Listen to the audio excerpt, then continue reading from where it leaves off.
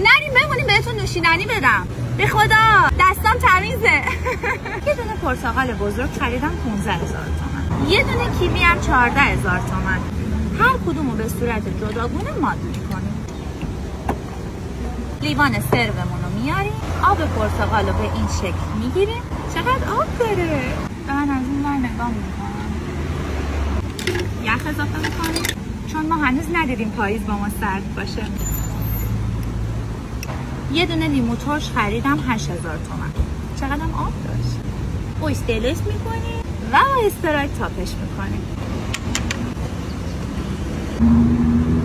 استاد الهه لوروند متخصص ساخت نوشیدنی های نامنظم. خب بریم که دومین نوشیدنیمون رو درست کنیم.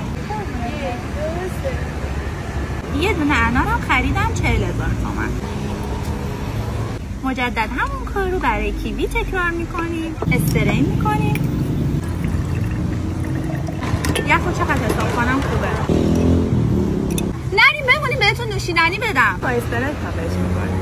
2 تا نوشیدنی خوشگلمون بر پایه کیوی حاضر شد. هر کدومش حدوداً 50000 تومان در میاد.